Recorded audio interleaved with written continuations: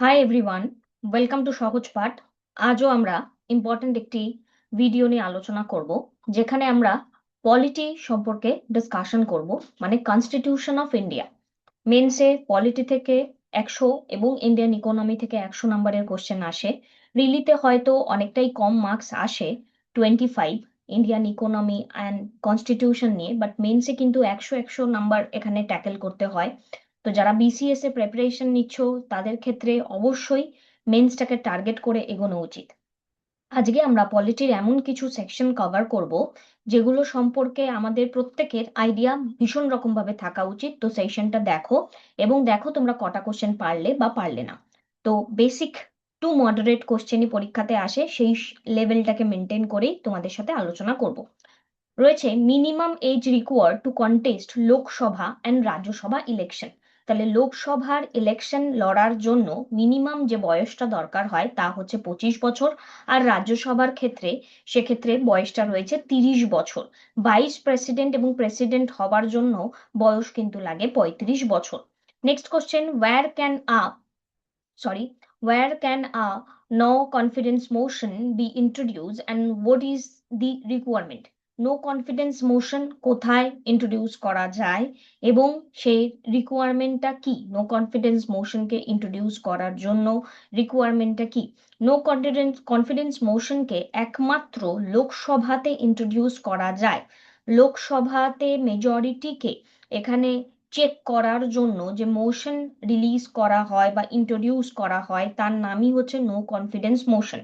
এবং এই no confidence মোশনকে আনার জন্য মিনিমাম 50 জন মেম্বারের দরকার হয়। 50 জন মেম্বার সিগনেচার করলেই নো কনফিডেন্স মোশন আসে। তাহলে 50 জন মেম্বারের এই সিগনেচার কার কাছে রাখা হবে? স্পিকারের কাছে রাখা হবে এবং স্পিকারের থেকে পারমিশন নেওয়া হবে ইন্ট্রোডাকশনের জন্য। তাহলে এই ছোট্ট লাইনটা থেকে কতগুলো কোশ্চেন তৈরি হতে পারে। 1 number question, no confidence motion কোথায় ইন্ট্রোডিউস করা হয়? লোকসভা। নো কনফিডেন্স মোশনের ফাইনাল অ্যাপ্রুভাল কে দেয়? স্পিকার।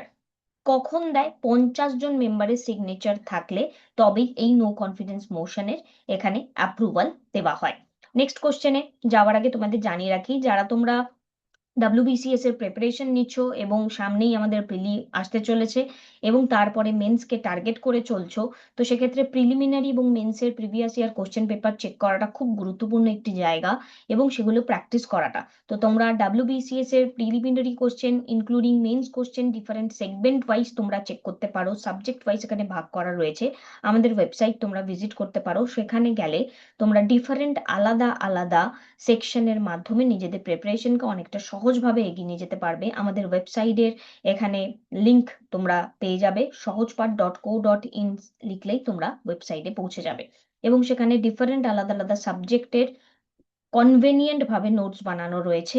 বাংলায় রয়েছে, ইংলিশে রয়েছে, যেটা তোমাদের প্রয়োজন, তোমাদের প্রিপারেশনের যেই মোডেই তোমরা রয়েছো, সবটা ডাব্লিউবিসিএস কে ফোকাস করে রেডি করা রয়েছে। মেনলি ডাব্লিউবিসিএস ফোকাস করে এখানে নোটস গুলো তোমরা পেয়ে যাবে। এক্ষেত্রে তোমাদের কোনো রকম কোনো আহ এই পার্টিকুলার নোট পড়লে বাইরের কিছু পড়ার দরকার থাকবে না, শুধু পড়ার পরে এমসিকিউ প্র্যাকটিস করলেই তোমাদের প্রিপারেশনটা কমপ্লিট হবে। নেক্সট সেকশনে যাই। আমাদের যে বাজেট কথাটা আমরা বলে থাকি, আমাদের কনস্টিটিউশনে তো বাজেট নেই।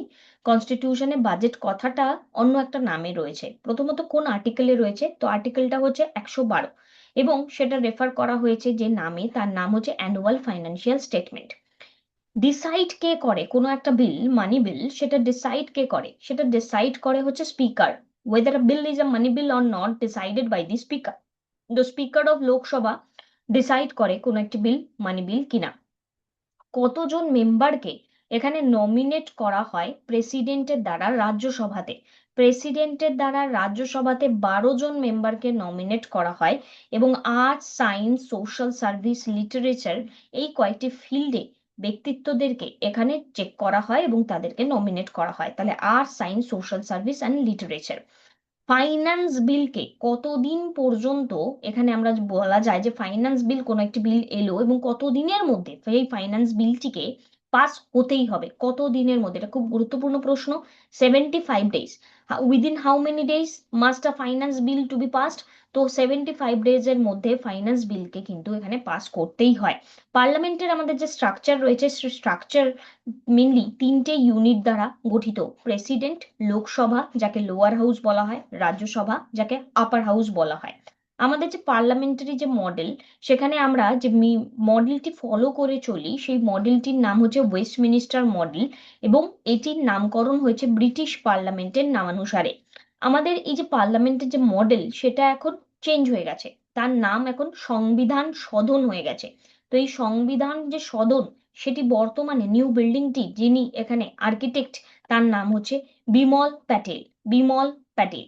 নেক্সট এখানে আমরা যদি যাই, আমাদের যে লোকসভার যে স্ট্রেংথ 550, বর্তমানে কিন্তু 543। রাজ্যসভার স্ট্রেংথ 250 এবং বর্তমানে হচ্ছে 245। জয়েন্ট সিটিং কততম আর্টিকেলে আছে? আর্টিকেল 108 জয়েন্ট সিটিং রয়েছে। জয়েন্ট সিটিং ডাকা হয় কার দ্বারা? প্রেসিডেন্টের দ্বারা, বাট এটাকে প্রিসাইড কে করে, এখানে সভাপতিত্ব কে করে, প্রিসাইডেড করা হয় স্পিকারের দ্বারা। তো যদি স্পিকার অ্যাবসেন্ট থাকে তাহলে ডেপুটি স্পিকার করবে, অথবা ডেপুটি চেয়ারম্যান অফ রাজ্যসভা করবে। চেয়ারম্যান অফ রাজ্যসভা কখনো করবে না, কারণ চেয়ারম্যান অফ রাজ্যসভার মানেই হচ্ছে ভাইস প্রেসিডেন্ট। সে কখনো জয়েন্ট সিটিং ওরিয়েন্টেড যে মিটিং হয় সেখানে প্রিসাইড করে না। তাহলে এটার থেকে একটি গুরুত্বপূর্ণ ডাইমেনশন আমাদের কাছে আমরা পেয়ে গেলাম। জয়েন্ট সিটিং এর আর্টিকেল 108, জয়েন্ট সিটিং ডাকে হচ্ছে president, joint sitting headed by speaker, speaker না থাকলে ডেপুটি স্পিকার, ডেপুটি স্পিকার না থাকলে ডেপুটি চেয়ারম্যান অফ রাজ্যসভা। কিন্তু চেয়ারম্যান অফ রাজ্যসভা মানে যিনি কিনা ভাইস প্রেসিডেন্ট, তিনি কোনোদিনও জয়েন্ট সিটিং কে এখানে প্রিসাইড করবেন না। এই কোশ্চেনটা কতজনের জানা ছিল? দেখো, প্রিপারেশন আমরা সবাই নিচ্ছি, কিন্তু এই প্রিপারেশন নিতে গিয়ে আমরা নিজেদের সাথে কি ভুল করছি না? এই একটা সিঙ্গেল কোশ্চেন যদি আমরা ভুল করি পরীক্ষাতে, তাহলে হয়তো আমাদের আমাদের পাশ করা হলো না, বা আমাদের কাট অফ ক্লিয়ার করা হলো না, এবং সেই একটা নাম্বারের জন্য কাট অফ ক্লিয়ার না করাটা কিন্তু অনেকটা যন্ত্রণার। তাই কতটা পড়তে হবে এবং কোনটা পড়তে হবে না, কোন ডাইমেনশনটা পড়তে হবে, সেটা জানাটা কিন্তু একটি ক্যান্ডিডেটের জন্য ভীষণ গুরুত্বপূর্ণ। কারণ পরীক্ষা এমনিই ডিলে করে হচ্ছে, এবং পরীক্ষা হলে তা কিন্তু মিস করা একদমই বুদ্ধিমানের কাজ নয়। রিজার্ভেশনস নিয়ে কথা বলি যদি, আমাদের রিজার্ভেশন রয়েছে আর্টিকেল 330-তে। রিজার্ভেশন রয়েছে 330-তে, এবং এসসিদের জন্য 84 খানা সিট রিজার্ভ করা, আর 47 খানা সিট রিজার্ভ করা লোকসভাতে এসটিদের জন্য। তাহলে 84 এবং 47, এই কোশ্চেনটা সবার পারার কথাই নয়। এই কোশ্চেনটা যদি তুমি জানো, তার মানে তুমি অন্যান্য স্টুডেন্টদের থেকে অনেক লক্ষ গুণ এগিয়ে আছো। তাহলে এসসিদের জন্য 84, এসটিদের জন্য 47। 84, 47। লোকসভার প্রথম যে মিটিংটি হয়েছিল সেটি কবে হয়েছিল? 52-তে হয়েছিল, মে মাসের 13 তারিখে। 51-তে নয়। 51-52 সেশনে ইলেকশন হয়, বাট লোকসভার প্রথম মিটিং হয় 52-তে। আমরা হয়তো পড়ে ফেললাম 51-52, বাট পরীক্ষাতে গিয়ে এগুলো ইগনোর করে ফেললাম, আমরা হয়তো 51 দিয়ে চলে এলাম। এই সিলি সিলি মিস্টেক্স গুলো তখনই রিডিউস করতে পারবে যখন এক্সাক্ট কোনটা পরীক্ষাতে আসছে সেটা তুমি তোমার ব্রেনে পুট করতে পারবে। তো তোমরা আমাদের সেশনস গুলো দেখতে থাকো, এর দ্বারা অনেকটাই আপডেটেড থাকতে পারবে। তাহলে ফার্স্ট সেশন অফ লোকসভা এখানে কবে হলো? ফার্স্ট সেশন অফ লোকসভা এখানে 1952 সালে হলো। ফান্ডামেন্টাল রাইট যেটি সাসপেন্ড করা হয় না during the time of national emergency, তো 20 and 21 নেভার বি সাসপেন্ডেড। তো আর্টিকেল 20, 21 কে এখানে কখনোই আমরা ন্যাশনাল ইমার্জেন্সিতে সাসপেন্ড করি না। আমাদের ফান্ডামেন্টাল ডিউটি কোন কমিটির রেকমেন্ডেশনে এসেছিল? সোয়ারন সিং কমিটির রেকমেন্ডেশনে এসেছিল। সোয়ারন সিং কমিটির রেকমেন্ডেশনে ফান্ডামেন্টাল ডিউটিজ এর এখানে ইনক্লুশন হয়। তো কিভাবে মনে রাখতে পারো? স্মরণ করো নিজের ডিউটি, স্মরণ করো নিজের ডিউটি, এর মাধ্যমে Swaran Singh committee inclusion fundamental duty তোমরা এখানে মনে রাখতে পারো। রাইট টু প্রপার্টিকে রিমুভ করা হয়েছে কোন ফান্ডামেন্টাল রাইটের দ্বারা? তো কোন অ্যামেন্ডমেন্টের দ্বারা? রাইট টু প্রপার্টি যে ফান্ডামেন্টাল রাইট ছিল, কোন অ্যামেন্ডমেন্টের দ্বারা তাকে রিমুভ করা হয়েছে? তো 44th অ্যামেন্ডমেন্ট অ্যাক্ট 1978 এ এই রাইট টু প্রপার্টিকে রিমুভ করে দেওয়া হয়েছে। অনেক সময় অনেক জায়গায় তোমরা পেতে পারো রাইট টু প্রপার্টিকে লিগ্যাল রাইট বলা হচ্ছে না, পলিটিক্যাল রাইট বলা রয়েছে, বা এখানে আমাদের যে বিভিন্ন আলাদা আলাদা রাইটের অপশনস থাকে। বাট এইটা কিন্তু খুবই একটা সুন্দর প্রশ্ন। কখনোই এখানে অন্য রাইট চুজ করবে না, অলওয়েজ এটি legal right. Right two property is a legal right under article 300A।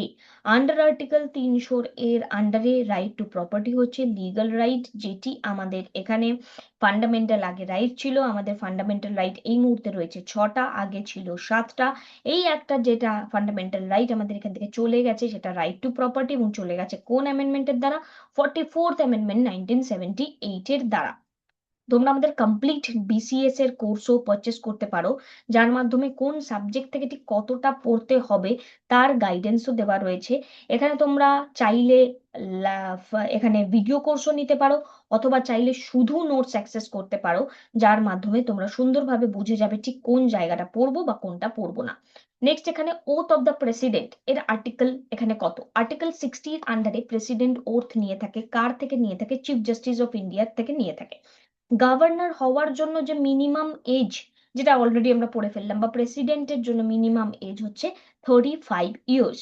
Impeachment, প্রেসিডেন্টের যে ইমপিচমেন্ট, সেই ইমপিচমেন্ট কোন আর্টিকেলের সাথে কানেক্টেড? আর্টিকেল 61 এর সাথে কানেক্টেড, এবং তিনি ভায়োলেশন অফ দ্য কনস্টিটিউশনের গ্রাউন্ডেই কিন্তু এখানে ইমপিচ হতে পারেন। এবং এই ইমপিচমেন্টের যে প্রসিডিওর, সেটা either house of the parliament মানে লোকসভা অথবা রাজ্যসভা থেকে উঠে আসতে পারে। ভাইস প্রেসিডেন্টের ইমপিচমেন্টের কিন্তু প্রসিডিওর অলওয়েজ রাজ্যসভা থেকে উঠে আসে, বাট প্রেসিডেন্টের ক্ষেত্রে যে কোনো এক জায়গা থেকে উঠে এলেই হয়। তো ভায়োলেশন অফ দ্য কনস্টিটিউশন, এখানে প্রেসিডেন্টের ইলেকশন ইনডাইরেক্টলি হয়ে থাকে by the elected member of Lok Sabha, Rajya Sabha and state legislative assembly.